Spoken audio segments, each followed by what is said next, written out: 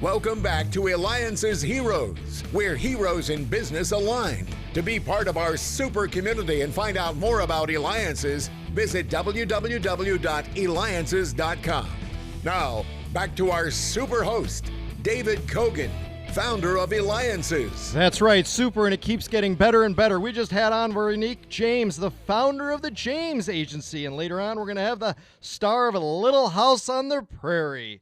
So make sure you continue to stay tuned throughout the entire show. And thank you for the feedback we still continue to get from having Henrik Fisker on, the founder of Fisker Automotive. Make sure you go to Eliances.com. Once again, that's Eliances.com.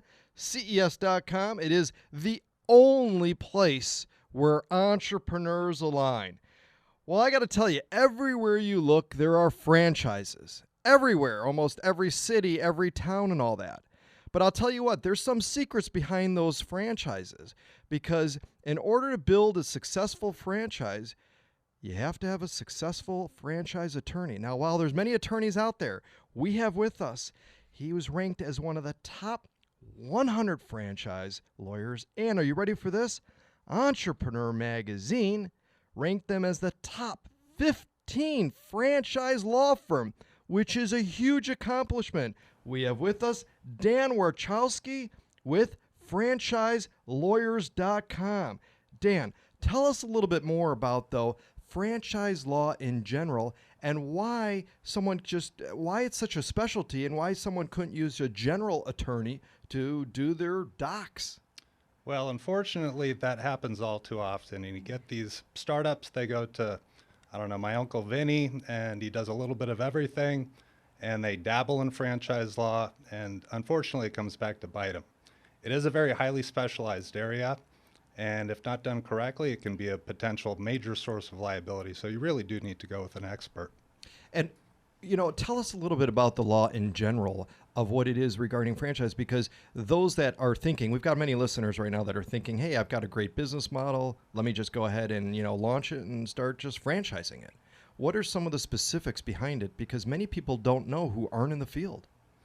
Well, first you have to make sure that your business is franchisable. And there's a whole analysis you go through with that, from financial feasibility to support, structuring, territories, et cetera. And it needs to be something that's easy to replicate. You need to be able to train someone to essentially do what you do in a relatively short period of time. But then once you decide to launch, like I said, franchising is highly regulated. It starts with disclosure. That's primarily what franchise law is about.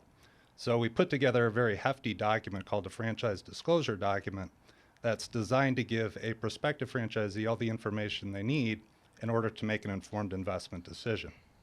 Now, you've been recognized, as we mentioned, as the top 100 franchise lawyers in the U.S. and Canada in its Legal Eagles poll. In addition, you've been named Super Lawyers, one of the top 2.5% of attorneys under 40, and also to Entrepreneur Magazine, again, ranking you top 15 franchise law firm.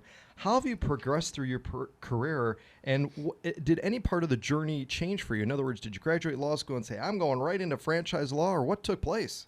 Well, it's funny. I somewhat built my firm around people that are not like me. I went the traditional route. I went to law school, college, then law school, and then right to the big law firm. But what we try to do is we focused on bringing in people that have business ownership experience. So the other attorneys all have either significant in-house experience with franchise systems, or they've owned and operated their own businesses, but they've done something beyond just going to school and going to a law firm, which is what I did. But fortunately, I try to surround myself with people better than me, and it seems to have worked. Well, you know what? We surround ourselves with heroes like you, because you're listening to me, David Kogan, host of the Eliances Heroes Show. Make sure you go to the only place, Eliances.com. That's Eliances.com. There is no other place where entrepreneurs align, because we have Dan Warshawsky, franchise lawyer. He's got the best domain name, FranchiseLawyers.com. How in the world did you even secure that? But more importantly is why did you decide then to focus on franchise law? Well, starting with the latter question, I didn't even know what franchise law was when I started out at the big law firm. I got thrown into the mix. Initially, I did municipal finance law. I didn't know what that was either. And I was thrown into a department called the Business Finance Group. And what happened at that firm, Greenberg, was that if you weren't big enough to have your own department, you got put in business finance. So the person that office next to me, his name's Jim Ullman, and he did franchise law for the firm. So we had about 2,000 attorneys at the time, and he did all the franchise work and asked me if I'd help out. And I said, sure. And at that point, I was hooked. I loved the entrepreneurial spirit. The client was excited about what they were doing. It was a cool brand, growing. And at that point, I just had to train my replacement, and I was off and running. Can you believe how many franchises there are now?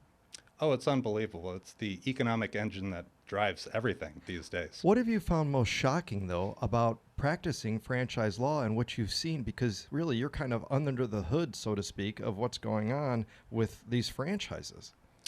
Well, I mean, there's a lot of good, and unfortunately, you also see some of the bad. Franchising isn't for everybody, and I've seen where it can, occasionally a system probably shouldn't franchise, or certain people shouldn't franchise, and I've seen a little bit too much of that. But again, that's why franchise laws were created, and they tend to weed out some of those systems that shouldn't be. So if you're a franchisee, you just need to be very careful about picking a good system with a good management team and doing your due diligence. And tell us more about that, because again, we've worked with a number of franchises. What have you seen those that have been most successful to be able to launch their franchise system? I mean, what have you found? Because again, you see things that even they don't see. Yeah, well, you need to have something that differentiates you from the competition. You need to have a good barrier to entry. It needs to be something where there's a learning curve. So if I'm the franchisee, I'm going to invest my life savings. I want to know that I'm getting something valuable in return. And essentially, that's the know-how of the franchisor. They've been through it. They've done it. They've made all the mistakes. So hopefully, I don't have to do that. Now, one of the questions that we get, well, actually, it was a very popular question that we got from our listeners is in regards to, well, why not just maybe do licensing route? Isn't that just easier? License out instead of franchise. Yeah, then I don't have to deal with all the legal stuff. Yeah, it's as easy as that. You just swap the name of the agreement and you're good to go. Unfortunately, that happens all the time. People don't understand the scope of franchising. It's very broad. You've got 3 elements. You've got payment of a fee, you've got a name, and you've got significant support or control.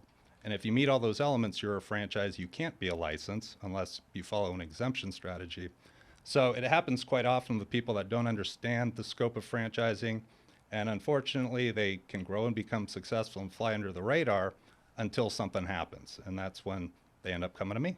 Share with me some secrets of what potential franchisees should be looking at, because you put together these contracts, so you've got the expertise on that end. Now, what should some of the potential franchisees look at when they're looking at these agreements? Well, the documents can be pretty daunting. These are 300-400-page documents. It's similar to securities law. And some information is going to be a lot more relevant than other. And if you're, for any given franchisee, certain factors will be more important for them as compared to the next franchisee. So you really need to hire somebody that can go through it and vet it with you and get to the important details. But what I would say as a franchisee is the most important thing is to contact the other franchisees. There's an exhibit to the disclosure document that has contact information for all the franchisees in the system, including former franchisees that left in the prior year. So they're the best source of information.